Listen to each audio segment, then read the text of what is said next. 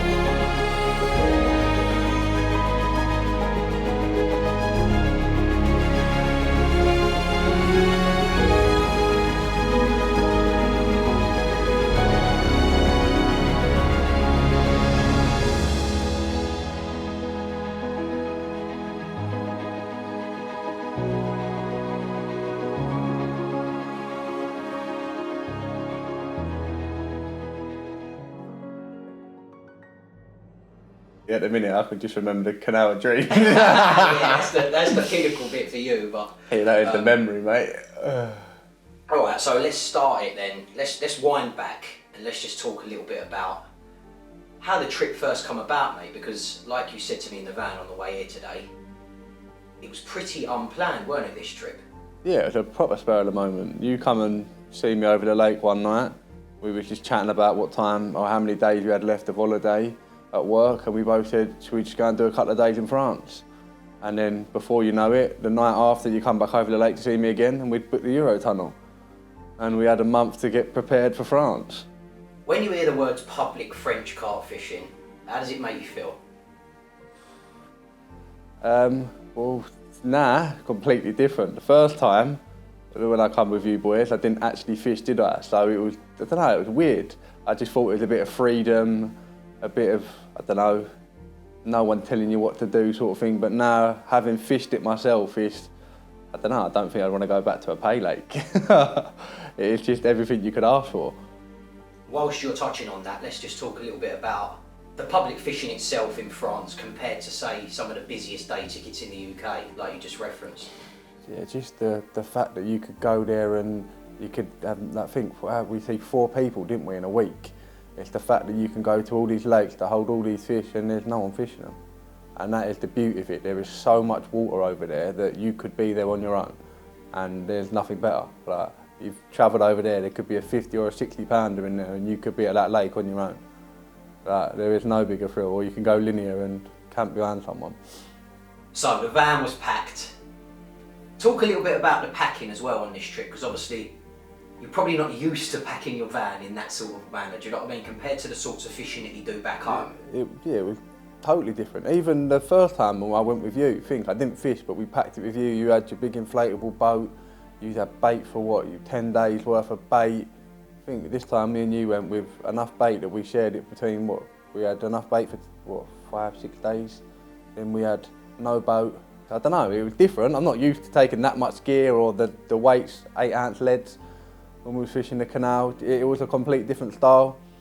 Even using braid for the first time. But yeah, no, I'll do it all again in a heartbeat. I'll pack that van again during work hours again in a heartbeat, mate. Well, we finally sat down, Josh, and actually got to do my bit. For me, the easiest way to put it really is that a lot of the time, my brain is running at 1,000 miles an hour, particularly in the UK.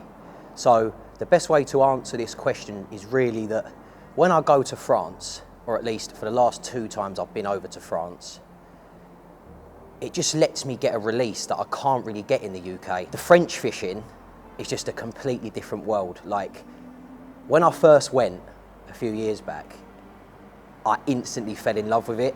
And I think the real reason why I fell in love with it is because you can go out there and do pretty much whatever you want to do. There are obviously elements of rules that come into it on the public side of things, which we'll touch on a bit later on. But I just like being able to go out and angle exactly how I want to angle, and yeah, hopefully catch some amazing carp along the way. And as Josh referenced, the French side of fishing to me and him is quite new, but really there are some mega fish out there in all over France. Like, there is so much water there. But first and foremost, yeah, I think the real reason why I love it so much out there is because you can really be yourself. You can angle to your max ability. I've learnt so much out there over the last few years that I've brought home and sort of incorporated into my English fishing as well. A lot of people that go out there think they need to completely change things. I don't believe that. I think you can go out there and just apply similar tactics to what you do in the UK over in France and still be in with a really good chance of catching some mega fish. And yeah, public fishing out there is just bang on. I think it brought the buzz back of being a little kid again, getting into fishing. Because unfortunately everything now, especially the lakes that I'm a member of, whatever, you know every fish, when they're due out, what swim it come out of last, who caught it on what they're, you know, and it's just nice to go to a lake and you know nothing. There could be the biggest fish you've ever caught in there, or it could be the smallest fish you're ever going to catch. But it's just nice knowing you could go there and there could be anything. Yeah, I don't know, I feel like it just brought a little bit of a buzz back. And it brings, you start wanting to do things you don't normally do, like stay up really late or walk around the lake at midnight. It's just, it brings that little buzz in you. Let's be honest, a lot of the lakes in the UK, whether it's a day ticket lake or even a syndicate lake, you're jumping on there and having, well, if you've done your homework, a pretty good idea on what the stock is saying in them kinds of lakes. Whereas on the public side out there, you have no idea whatsoever. I mean, there are signs and things on the lakes that tell you the species of fish that are in there, but even with that, like, you could be fishing a lake where you think there are carp present and they may have been poached, they may have been taken out by other people and put into other lakes. So you don't really know what you're fishing for. And I think the element of surprise to me is what keeps me really buzzing, because all the work you're putting in could potentially be worth it plus so much more. Whereas when you're in the UK, yeah, all right, you put a couple of target fish on your list of fish that you want. And yeah, when you get them, don't get me wrong, it feels magical, but I think there's just an extra element of like specialness, should I say, around the public side in France, because you don't know what you're angling for. You could catch a 10 pounder, you could catch a 70, 80 pounder. It really is like that. And that element of the unknown, should I say, is what keeps me going out there. Yeah, so we got the 9.5, 9, wasn't it? 9.5, 9 train from Folkestone, and we done that so we could both obviously work the full day Friday. I picked Rick up around 6, half 6, we packed the van, and then we made our way down to Folkestone. And the reason we done that is so we could drive throughout the night, so the buzz is still in with us. We drove the whole way through the night, got to the lake, and then we literally just camped up next to the van for the morning. We had a couple of lakes we wandered around during the night, but yeah, it was just so we could get there through the night and not waste any point of the day driving or doing anything like that. Something I would defo do again as well. I would defo drive for the night again. It made the first morning perfect for us. We travelled through the night, arrived at the first pin that we wanted to look at just before first light. I'd say we got there about 4:30, 5 o'clock in the morning. It was still dark at that point, and me and Josh had pre-prepared our packing and made it really easy to pull our beds out of the van. That's something that I didn't do the last time. When we packed the van, the beds were at the back, and it made it real difficult to get your head down for a few hours. Now, obviously, the adrenaline is mad on these sorts of trips, so it's quite hard to switch off and get a bit of sleep, but I do think it's important to try and get those couple of hours rest so that you can start the day fresh, full of energy, and yeah, basically go and explore. So we pitched the beds up next to the van. I found it real difficult to get asleep. Josh was pretty knackered at this point, and he was asleep within a couple of minutes because I asked him and I could hear him snoring. We just stopped for a couple of hours kip. Gonna wake up at sunrise, which is in about 2 hours time, and have a little look around this lake here. Good night, Josh. Thanks, bro. I've got an alarm set for an hour and a half. Sweet. But yeah, I managed to switch off for, I'd say, about an hour, maybe not even that, and then got rudely awoken by someone driving up the pathway that we'd stopped on, I'd say about 7 o'clock. But it's probably a good thing because it gave us a lot of time to sort of crack on with the first day's fishing. So yeah, we were both raring to go and had a little look at this lake, and noticed real quick that 3/4 of it was actually unfishable, and that is the case a lot of the time on these public waters. You can arrive thinking you've got so much water to fish, but really, part and parcel of the rules out there is that certain areas of the lake are unfishable, and that does make it real tricky to fish for the carp. We located the small section on this particular venue where we was able to do nights, but unfortunately somebody had beaten us into that swim, and it was frustrating because I did like the look of the place. And yeah, we didn't really spend much time there after that because we thought, well, we can't even fish here at the minute, and we've got a couple of other places to look at. So that's exactly what we did. We packed the van up real quick and moved on to the next place.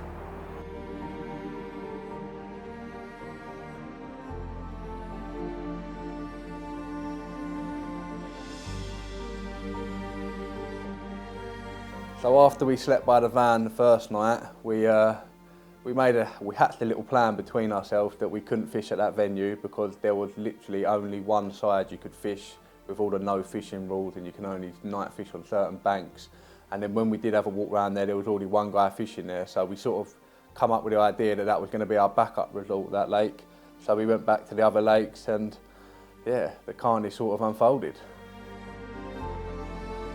The second venue that we went to was pretty similar in terms of it having only certain areas where you could do nights on. But the good thing about this venue was that it was a lot bigger. I'd say it was around the 30, 40 acre mark, and the zones that you could fish were scattered all around the lake, which was a really good thing. So me and Josh wasted no time. We got straight on our feet and we done a couple of laps of this place, and it was a big old walk. It looked like it had rained quite a bit there as well, and it was quite tricky to walk around some sections of the lake from what I remember. But yeah, we thought let's spend at least an hour to 2 hours here, just have a little scout about and just get an idea of the place because we had a bit of time on our hands. Well, the crazy thing was the first swim that we walked into at this venue, it looked unreal.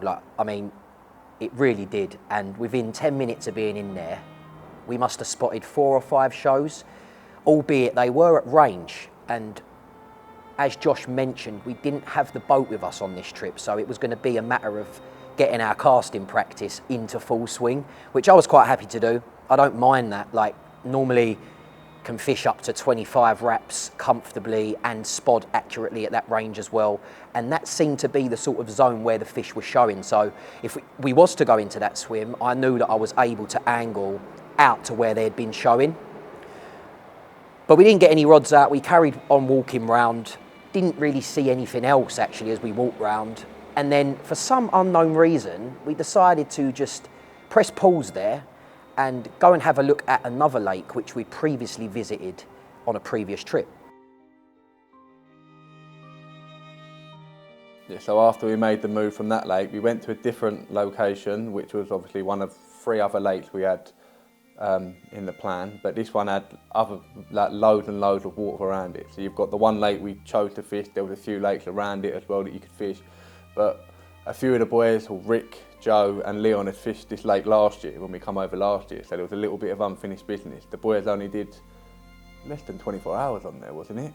We done a short night on there, and it was one of them lakes that we all said we want to come back to it. It reminded us a bit like a UK lake, loads of trees around it, proper tight, intimate.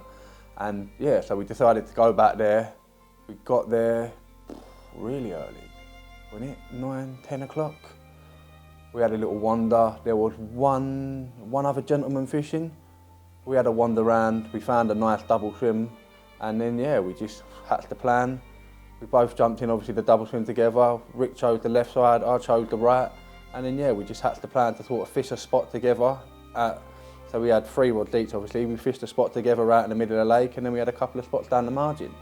Bait-wise, it was something a little bit different to what I usually do, because I went quite heavy. I'm not really a heavy baiter. I'm normally a little PVA bag man, but yeah, we went quite heavy. I think me and Rick together on the spot we shared together, I think we must have put a good 40, 50 spons at.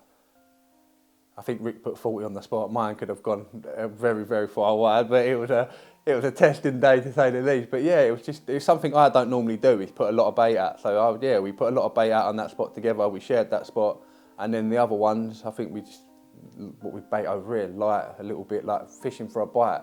But yeah, the spot that we shared, we tried to get them proper munching on it. So yeah, it was something a little bit different, but we tried it, and obviously woke up in the morning to a fish off that spot, so it worked. But I feel like we could have done it a little bit better, had a few more fish, but it's all a learning curve.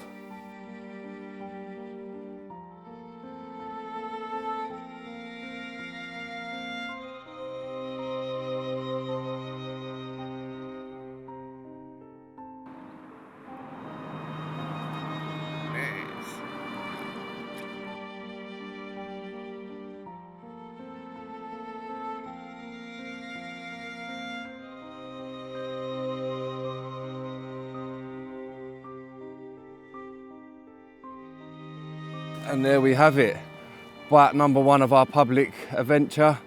We got here late, not last night, the night before. We went round to 4 different lakes, finally set up on one, and the first morning of actually fishing, we're into one. It couldn't have been a better prize. So let's hope that the next 5-6 nights we've got get even better. What a fish, look at this, look at it. It looks probably older than me.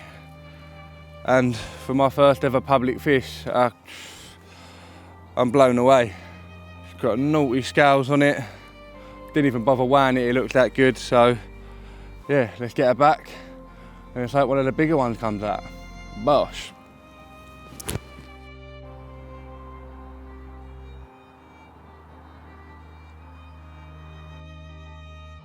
So for my first French public fish, I was absolutely blown away. Possibly it could have been the oldest fish in the lake for all we knew. It looked an absolute dinosaur, and do you know what, weight was irrelevant. We didn't even bother weighing it. It was just the sheer buzz of actually having a fish from there.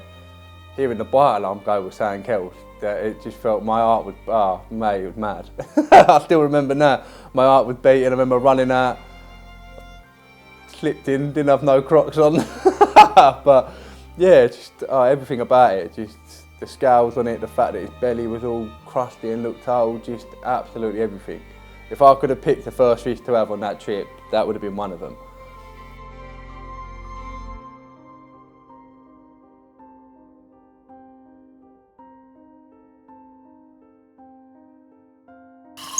It's been a frustrating old day, I'll tell you.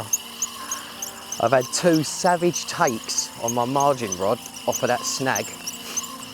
This time, oh, God. That's gone all the way through the eyes. I forgot I didn't have a lead on the end. That's the kind of day it's been. But anyway, yeah, 2 takes off the margin spot, lifted into both of them, nothing there, so scratching my head on that one.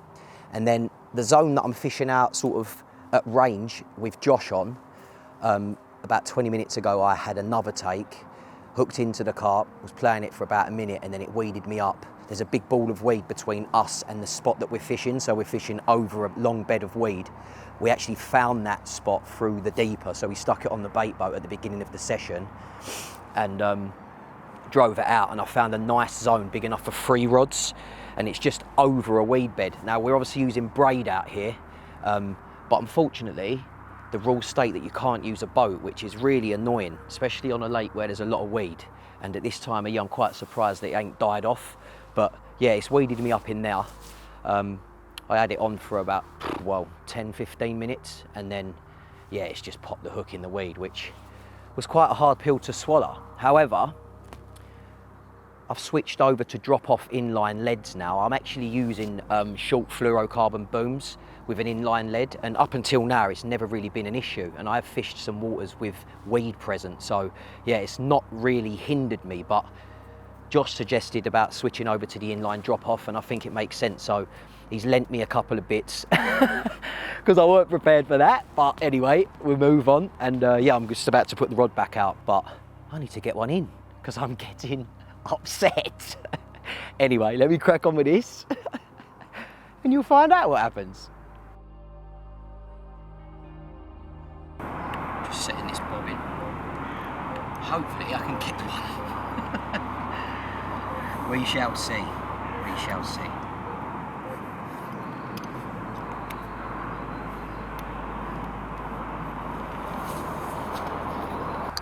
Well, we got rudely interrupted, didn't we, Josh? Just so we are literally coming into our second night of this week away, and it's been a bit of a weird day today, to be fair. A couple of occurrences on Rick's rod, been mighty quiet for mine, other than the bite this morning. So hopefully something can happen tonight, and we can go on to the next lake with two massive big smiles on our faces. Because to be fair, I'm actually buzzing, but Rick's had a bit of a tough day, so hopefully we can get him in the morning nice and happy, and let's go. Let's get some dinner on, sir. Bosh.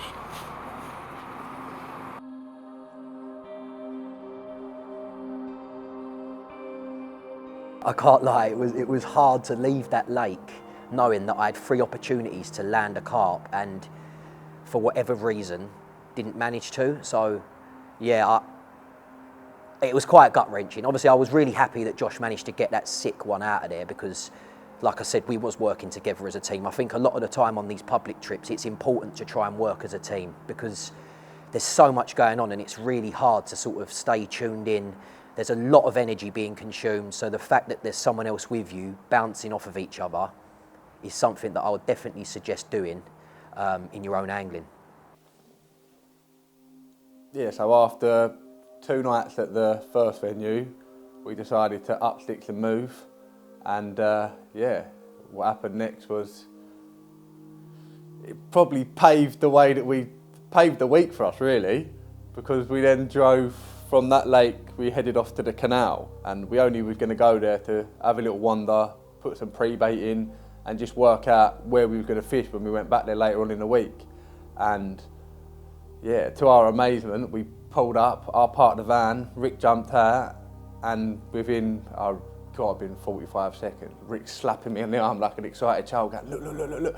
And as we looked down, there is 2 one had to be £40, one had to be £30, and they were no further than 10 foot in front of us. We're standing on the lock and they were literally right there in front of us, and we'd been there less than a minute, and it was just the sheer buzz of how quick we could get a rod out, do this. We just didn't know what to do. We were just standing there in awe at the fact that we'd found 2 fish straight away. And then, yeah, that sort of paved the whole way then of our whole week, because seeing them 2 fish is just, it put us in another gear. We didn't know whether to fish there for them, run down, get bait up. It was just, we was all like, I don't know, it was just carnage. Like, there's no other way to describe it, it's carnage. There's 2 fish down there. Oh my days. Oh my days. Oh my days. One is an absolute chunk. I don't know if you can see, but we have got 2 carp right below us. Yeah, I know. Right, I think we should get some bait.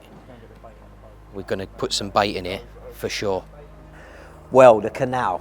What do I say about this place? It's a gem buried deep in the middle of France. That's all I will say. And a place that I could happily go back to year upon year. I really will say that with my chest, because it was just magical. Now, the crazy thing about this canal was that it was a good kilometre in length, separated by 2 locks, which did kind of help us out, I would say, in a sense of trapping the carp in an area, but it's a kilometre stretch. Like, that is no short stretch. When we got there, we stood up on the lock, and I would say within 2 minutes of being there, I've spotted these 2 fish swim right under our feet, and the feeling there was just untouchable. Like, you can imagine the adrenaline that's going through your body at that stage. I spoke earlier on about my brain moving at 1,000 miles an hour.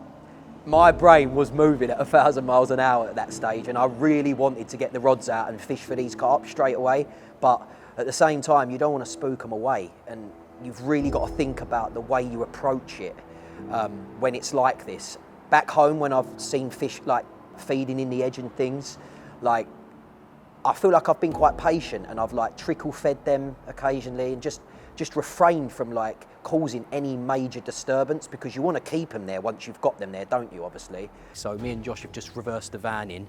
We're going to look at potentially a section where we can actually pitch up with the bivvies, but what we want to really do now is just put a bit of bait in. Our initial plan was just to bait a few spots. I think We're just going to trickle in a couple of handfuls of bait and then just stand and watch for a bit and just see if they come back in. They've just moved out a little bit since we've been here. But yeah, we ain't got much time to waste, so we're going to crack on, put the bait in. It's fingers crossed, something special happens. Let's do this. And that was what we did right here. Like, we fed a little bit of bait, continued watching, and I think we actually watched enough for them to become slightly confident on the spot. Like, I mean, I was watching these carp go down with their tails up and taking some of the free offerings that I'd dropped into like the spot where they was swimming about. But that don't help things because it makes you want to put a rod in even more. So we quietly and stealthily grabbed a couple of bits out the van, and I will be honest, I made a decision. I was itching to put a rod in that zone, and that's exactly what we ended up doing.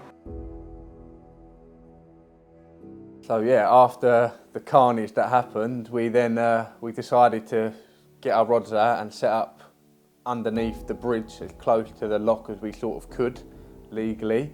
And yeah, what an eventful place to fish, to set the bivvy up, to sleep, just everything. Like, it was underneath a car bridge, and I don't know, it's just, I'm used to fishing lakes, so I don't know, it was just very weird to me. And I don't know, something I definitely would do again, because that canal is absolutely beautiful and I'd sleep there every night of my life if I could. But yeah, no, it was just strange being under the canal, like under the bridge tray, all the graffiti there. Just, yeah, it felt, everything echoed. Like, you heard one beep on the bite alarm and it was just, yeah, mad. For the first night, I'd say we did fish quite tight together, which in hindsight was probably a wrong thing to do, really, because we had so much more of the canal to explore. But because we'd seen the carp in that area, we sort of thought, right, we need to fish in this area and this area only. But these carp, as you know, move about all the time. And for me, that's exactly what happened. I was pretty much 100% confident that I was going to nick a bite off of this particular spot where they'd been. But it didn't happen for me. And I do think that that's probably because that zone might have got fished quite a lot in the past, and the carp just automatically put their guard up. As soon as they see the braided main line through the water column, they thought, do you know what, let's get out of here.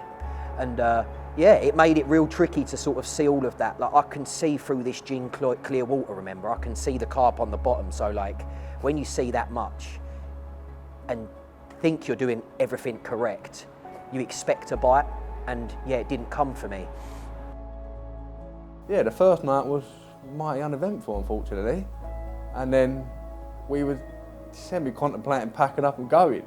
And then out of nowhere, the next morning I got I think it was my furthest right rod went, and had a little, I don't even reckon it was mid-double, but it was a fish, and it sort of kicked us in another gear then, because we see it was a small fish, so we knew there was then 3 fish definitely had to be in the canal, because we've seen 2 of them. We both just went a little bit mad, and then, yeah, ended up doing a couple more nights on the canal. And here we have the first trip of the canal session and my first ever French canal fish. Let's get it out, get some pictures and some footage, and see what we've got. Get in there. Yes, boy.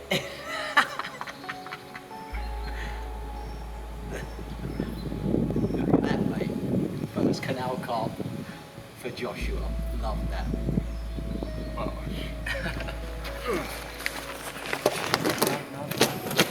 And there we have it. Gonna let her go.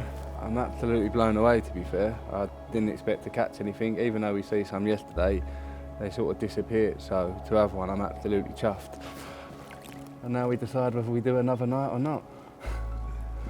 Just well and truly thrown a spanner in the works.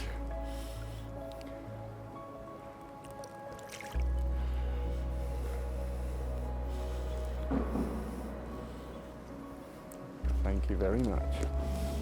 So yeah, the real interesting thing about the canal is we didn't actually expect to see the fish so early. So it sort of threw a spanner in the works, because we see the fish, we wanted to fish from where they were. We didn't really explore it on the first night. We got there, we see fish, we baited them up.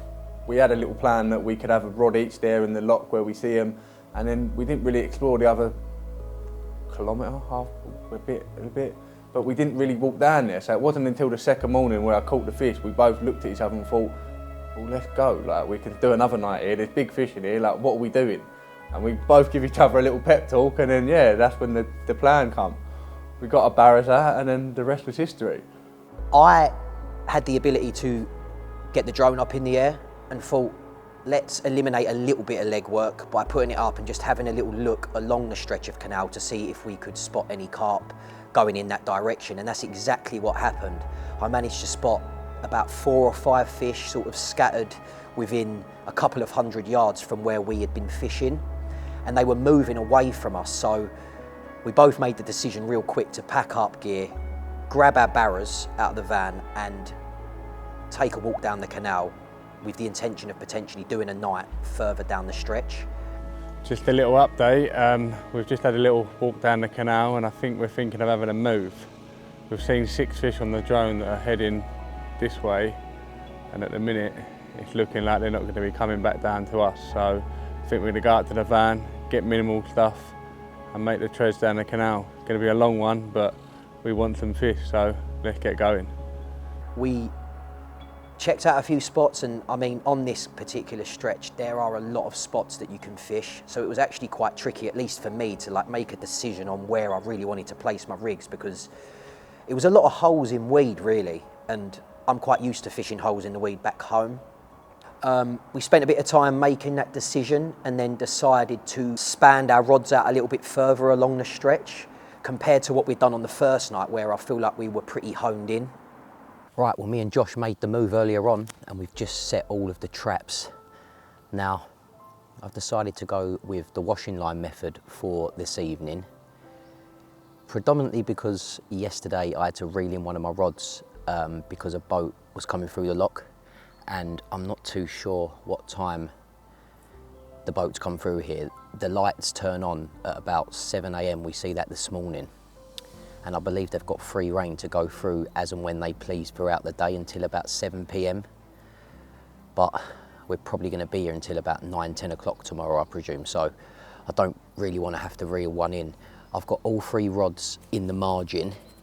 And basically I'm just running a short washing line up the edge of the margin and then dropping the rig into the edge. So yeah, a really stealthy approach. Just a couple of handfuls of boilies over each rod. And yeah, kept it real simple. And it's feeling carpy. We both just had a chat. And we do feel confident. We're glad we've moved up this way. Especially seeing the fish moving on the drone earlier on this afternoon. But fingers crossed, last night on the canal.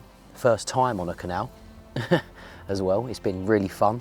It'd be lovely to get one under my belt because I'm struggling at the minute. I've only had a tench to my name.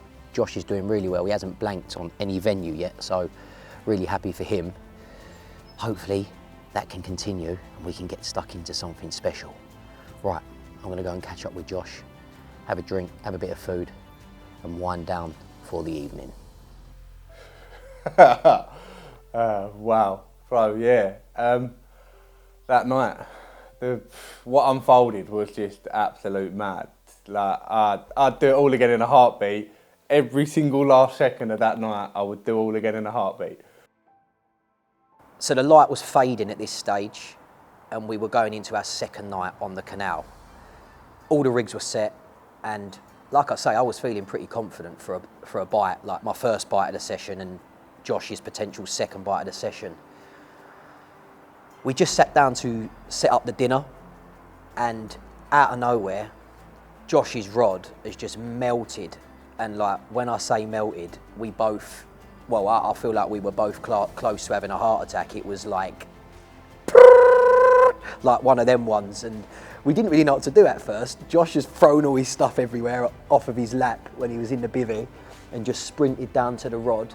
And obviously we're filming this, so my first instinct was just to grab the camera, and that's what I did, and I was sorting all that out. Josh was playing the carp, and I managed to get down to him just before he landed it, but we didn't get any footage of him actually landing it. I honestly don't know what to say, I'm lost for words. You're literally just sitting there contemplating whether to put the barbecue on now, and my rod right down the end absolutely melted off, and I've got an absolute unit in it.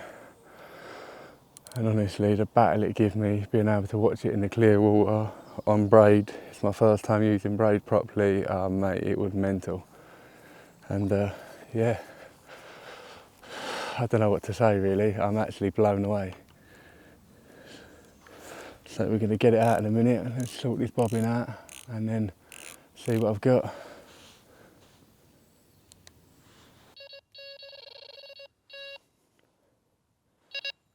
But the real carnage happened about 10 minutes after that, because as Josh was setting up the mat to do the fish, this happened. And that is exactly why we made the move. We see the fish come down this end and that was definitely worth the move. The cramp in the calves and the bad back, this is worth it. This is what we do it for. Oh mate, get in there. Let's get some pictures and we'll get it back. Come on.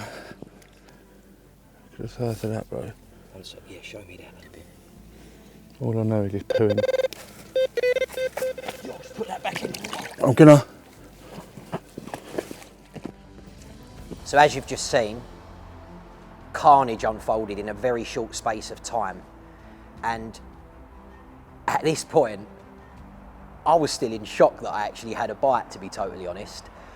I probably had to run a good 50, 60 yards to my rod in Uggs. I don't wear Uggs, in Crocs. And I remember halfway down towards getting to the rod, my Crocs flew off my feet. So I was sprinting down the stretch of canal in socks, and I've got to the rod, and as soon as I picked it up, it has just started peeling braid off of my spool, and I was shaking like a leaf at this stage, and I didn't realise at the time, because it all happened so quickly, that I didn't even have a net nearby. So I'd stuck my net on my middle rod, and it was actually my furthest rod that had gone. So what I've had to do is keep the pressure on the carp, should I say, and walk back down the canal in, trust me, pitch black conditions. It's so dark down there. There's no natural light at all. And I'm walking backwards down the canal, and I'm just thinking, right, don't fall in, keep the fish on.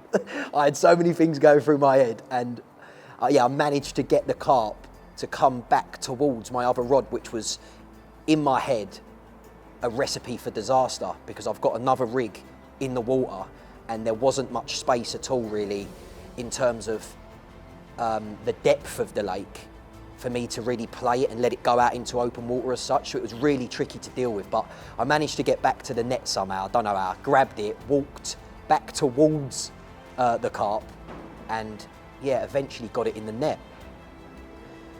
The thing that confused me though was that Josh wasn't around for this entire period, and I thought, what's going on? I told him to put the fish back in the retainer in the edge, and I was expecting him to have just pegged it down and come up and help me, but obviously that didn't happen the way I expected it to. There's no way I can put this in the water safely and let it go unless I'm letting it go. I'm sorry, Rick. Get in there, Rick, mate. That's what we do, so come on there, boy. Get in there. God damn, this is stupid.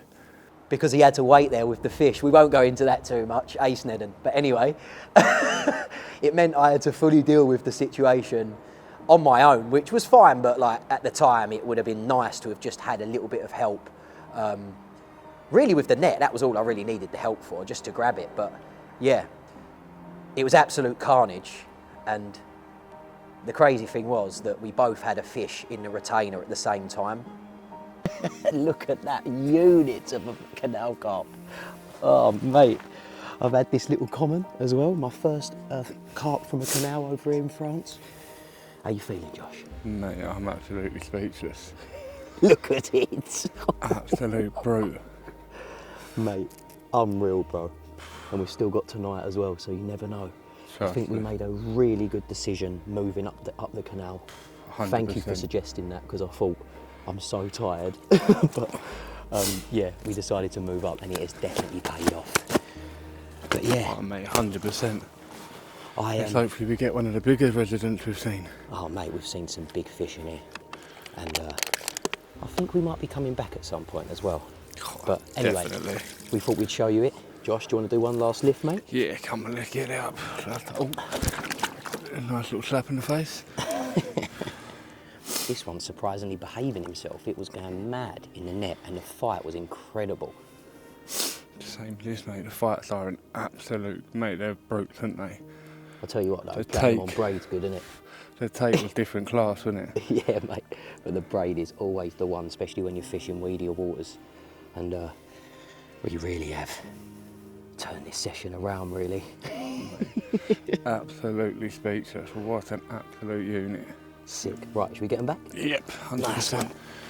So yeah, that was a really nice moment to share with Josh on this trip. Like I say, the whole element of teamwork and bouncing off of each other's buzzes, to be able to have caught a carp pretty much at the same time as him and share the buzz on the mat with these fish was something that will stay in my heart forever, actually. Like it was a really special moment that I won't forget.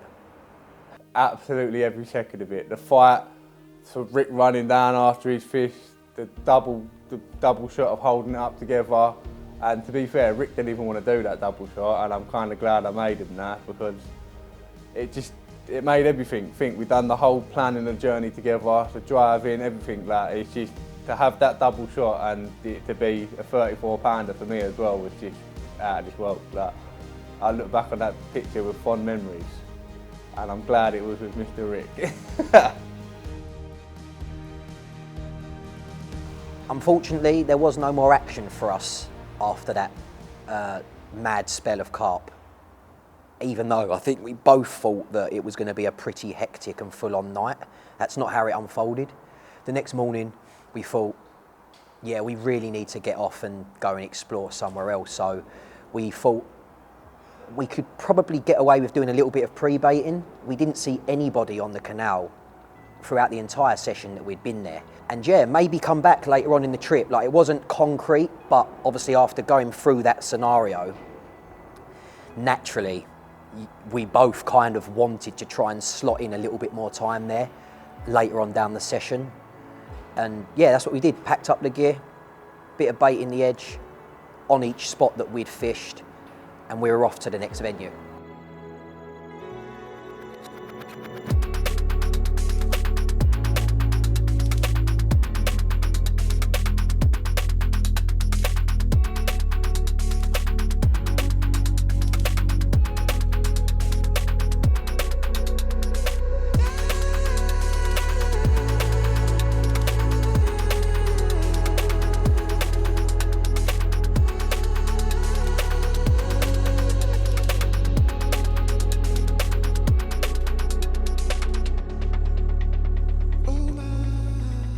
So yeah, this next lake was a little bit different for me. I've gone from being on an absolute mega high of having that fish to, I don't know, wanting to run back to canal as quick as I could. I don't know. We went back to the lake because the first day when we were having a look at the 3 lakes we wanted to fish, we see a few fish show there. So we knew there was fish in there. We thought, yeah, go on, we could have a bite. And we did have a bite, but absolutely plagued with tench, bream hybrid things, whatever you want to call them. And yeah, I don't know, it put me on, I was on cloud 9 leaving the canal, and then I've come to this lake and I wanted to sell me fishing rods. But yeah, it was frustrating to say the least, but it's a learning curve because I think I would do things differently if I went back. But yeah, it was a frustrating pill to swallow because I was agging Rick to say, let's go back to canal. I fell in the next morning, so we'd done the first night there. The next morning, I had a living tench and I'm running to my rod and I fell in, and I just remember spinning around looking at Rick in his bivvy and saying, let's get back to canal of dreams. But yeah, it was a different emotion because obviously I'd caught from the other lake, I'd caught from the canal, so I felt not on top of the world, but I felt like and then it crushed me straight back down. So there's fishing for you. The next venue was probably, in hindsight, even more frustrating for me personally. we both jumped in a double swim on this venue and had a lot of water to sort of utilise between 6 rods. And one of my spots, I'd done a bit of marker work like as we'd got there and sort of clarified what you need to know as you sort of finding new spots and things like that. But one of my spots pretty much took over the entire session, and I think I had maybe 7 bites off of it across the next few days. Predominantly tench, and I noticed real quick that the tench were going to be a bit of an issue, and I did experiment with bait sizes on my rigs a lot on this section of the trip. I went as big as I could possibly go, fishing snowman rigs essentially, on simple blowback setups. I really do like the blowback rig. I think it nails fish, and I've caught multiple carp using it, so I tend to use that rig a lot of the time, especially on clearer spots. And yeah, this particular spot was relatively clear. It was glassy silt sort of like zone, which in my opinion is a good area for feeding carp. I put quite a bit of bait on that spot, and I kept the bait going in as well. And the reason why I'd done that was just because I was getting bites, so I wanted to keep the spot topped up for the entirety of the session. Went through 7 tench, I think, 6 or 7 tench, I might be wrong on that, but a lot of tench, and it was depleting. Like, it was depleting for both of us, and we kind of had enough, but I wanted to stay positive. I thought there's got to be a time where a carp visits this spot and pick up my rig, essentially. Come on then, ask me a question then, go on. Just ask anything you want, you might as well, I'll just answer it. So Rick, how's the session going so far then?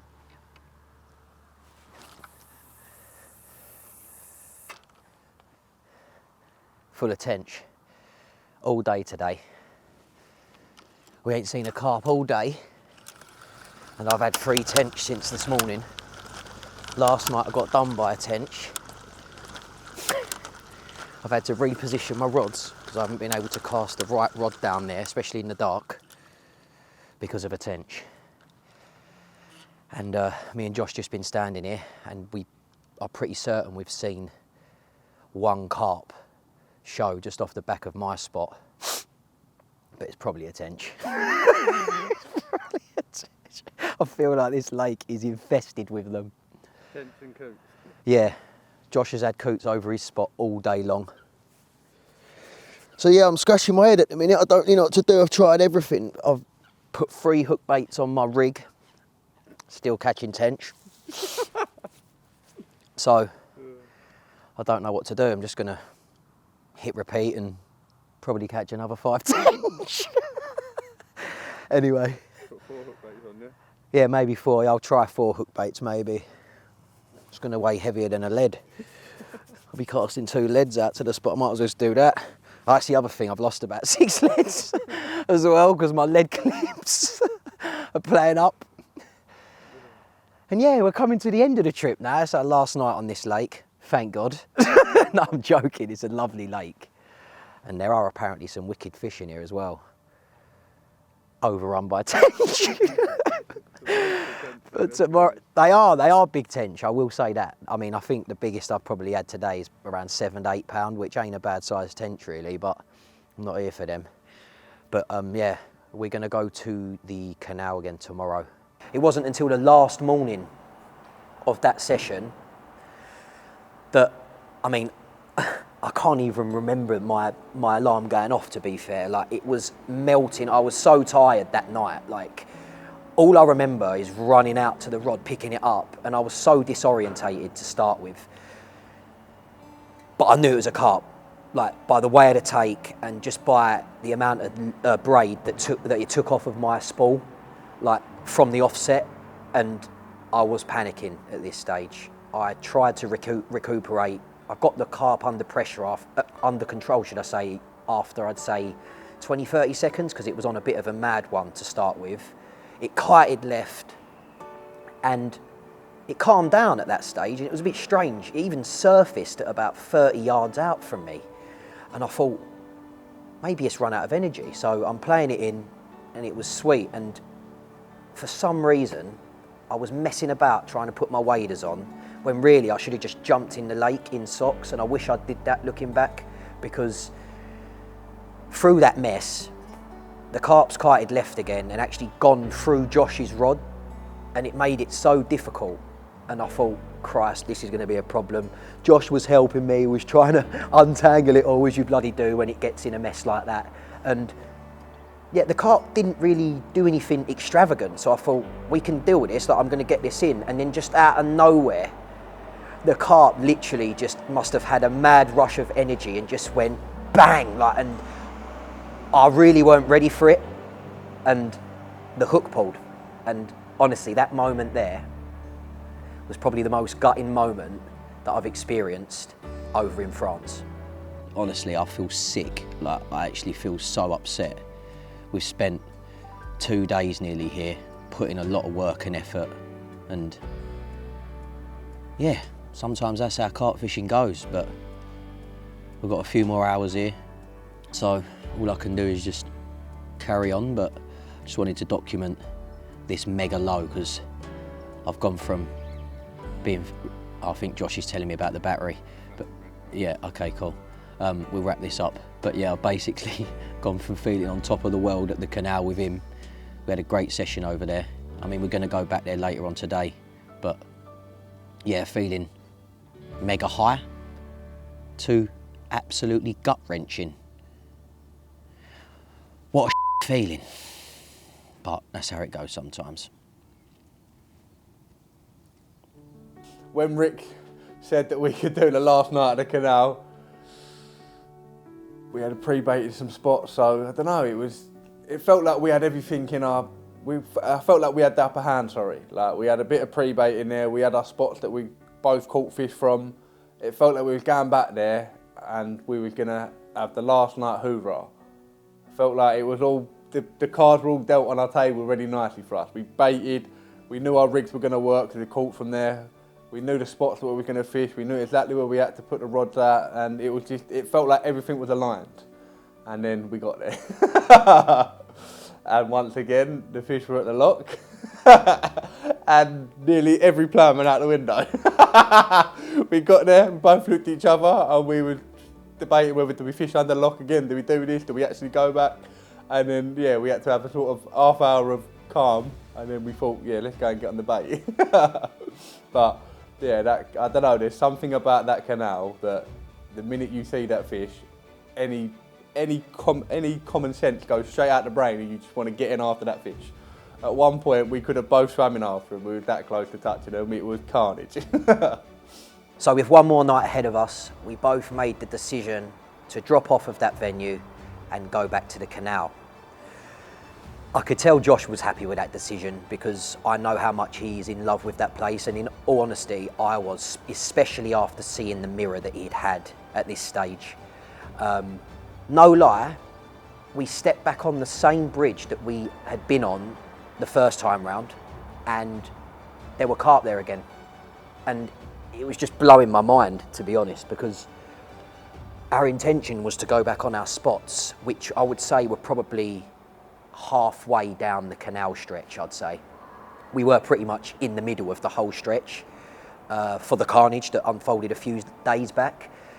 So having seen a few fish back on the spot by the lock, it was such a hard decision to make. And I said to Josh, mate, let's just give it a couple of hours. Let me just put a rod in and see if we can snare one, essentially, off of that spot.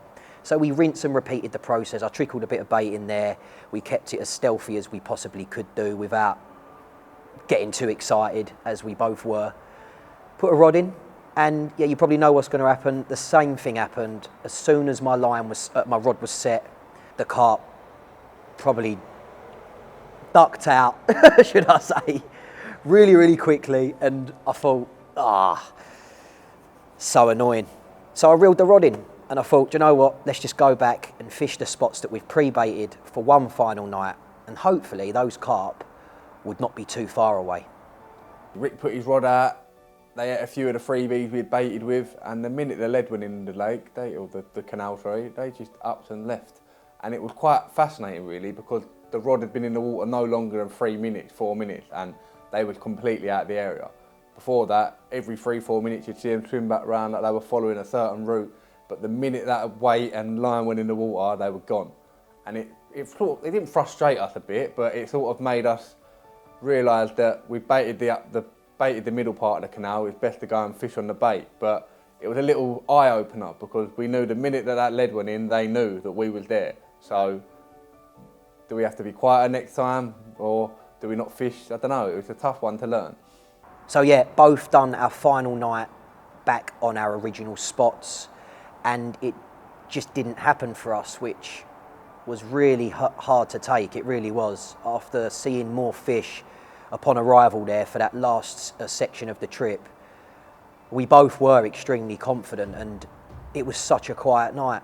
The next morning, we stretched it out as much as we possibly could, packed all our gear down, and I was just itching for another one and went for a walk up the canal towards the van, should I say, back to where we had parked, and actually spotted a few carp not too far from where we had been fishing. So after packing everything up, I took one rod and literally just fished for about 30-45 minutes, just for one final chance of potentially getting stuck into one. And I'd say the part that really shattered me was not the fact that it didn't work out, like we didn't actually catch any more fish on this trip, but the real gut-wrenching feeling that I've got is that I left my RX Plus there, and I left Josh's bank stick there, which has been a really painful pill to swallow, because I just don't know how it happened. I remember having everything on the barra, and the only thing, literally the only equipment that I had out at this stage was one rod, one RX Plus and one bank stick, and the net was on my barrow. So for me to have left my alarm there, it was just mind-blowing. And I think it probably took the canal of dreams into dreams that had been shattered and spat back out. But all in all, I'd do it all again in a heartbeat, because I really enjoyed the trip. Me and Josh have already been talking about a potential return early next year, and who knows what will happen on that trip. I actually genuinely thought that we were going to go back there. We'd see if most of the bait was gone. There was a few little dribs and drabs left, so obviously when we replaced our rods, we put some fresh bait out, but 95% of every single bit of bait was gone. And I don't know, I felt like we were going to go back there, put the rods out, and within a couple of hours we were going to have a bite, whether it be me or Rick, and it just didn't happen. We didn't really see anything, and we didn't see anything prior to that in that zone, but we walked up and down in the morning before we moved and we didn't see anything, and it wasn't until midday Rick had a venture right down to the middle of the canal, just by the lock where we were fishing the first night, and he see a couple of fish. So were they in between where Rick and the lock was the first night, or I don't know, it's a strange one. But yeah, we went down there with all the confidence in the world, with the bait on the spots, knowing that we were hoping we were going to catch a fish, and it didn't happen. Not knowing, because obviously, but that's how it felt like. I felt like I was going to put the rig in and done, but yeah, obviously not. So yeah, to put it into some short words of how that trip, God, what it meant to me, how it panned out, a bit of everything. I am fully in love with the public French carp fishing, whether it be a canal or a park, especially canals after that canal. But yeah, just everything about it, the fact that we see free people, the fact the unknown, just everything. Yeah, I will do it all again in a heartbeat, and I cannot wait to get back out there. Like, it has me hooked, well and truly. Let's go.